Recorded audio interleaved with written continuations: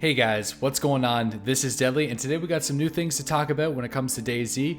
There was a recent status report that was uploaded yesterday to DayZ.com, and we're going to be diving into it and checking out all the most important bits. So let's get started. First off, Brian Hicks starts off by saying that the server-side performance is one of the most important issues for 0.61 experimental, and although it's much better than 0.60, there has been some issues that have been causing some problems with certain mechanics, such as the modifier damage application, AI reactions in speed that are reduced more than they should be, and door states are reporting incorrectly.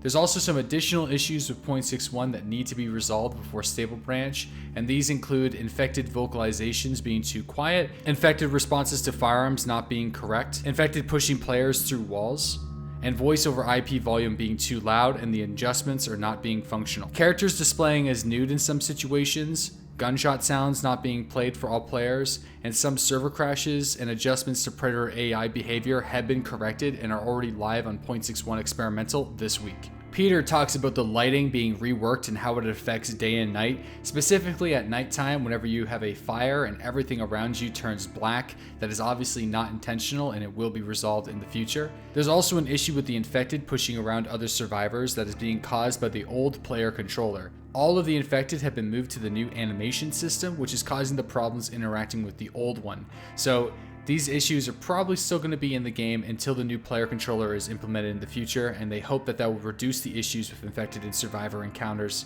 such as pushing players through walls. There's also been a lot of love to the vehicles to help make them drive smoother, and Peter hopes to see these changes make it to 0.61 experimental testing soon.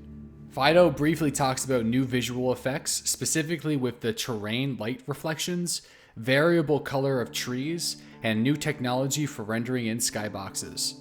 Next, we have Victor demonstrating some of the new player character features, such as the new camera and movement. Animations between stances are much smoother. The ability to move the camera easier to allow developers to change camera per stance or new animations easier. Interruptions to animations are instantaneous.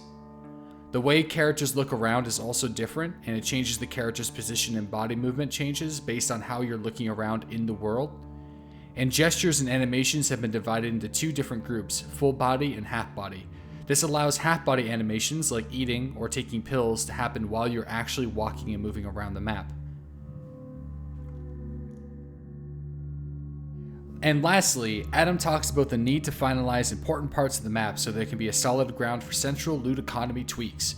And this involves the changing of many military locations on the map. So buckle up PvP players, this one's for you guys. There's been a massive removal of military loot saturation in both Mishkino and Northwest tents, and they've been reduced now to spread out the loot across the map into a variety of different locations.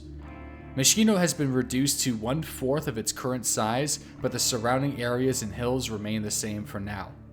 Northwest Airfield tents have had its tents reduced by half, however the changes to the North tents are not permanent because they still plan on redesigning the Northwest Airfield entirely in the future, so these changes will most likely be temporary and the North tents is expected to change in the future once again. Commence Military Base has received a slight facelift and has received a number of military tents scattered around the ruins.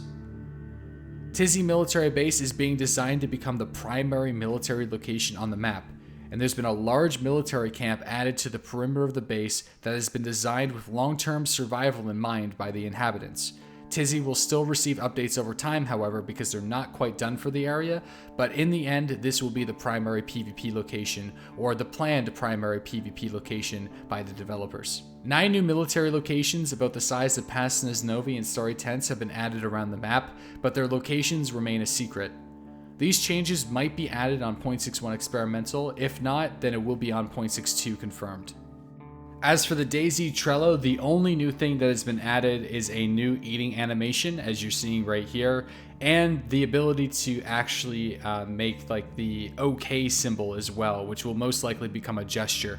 Well guys, that's all the DayZ news for this week. Please do let me know what you guys think in the comment section below, and be sure to check out my daily live streams every single morning, Mondays through Saturdays at 8:30 and Sundays at noon.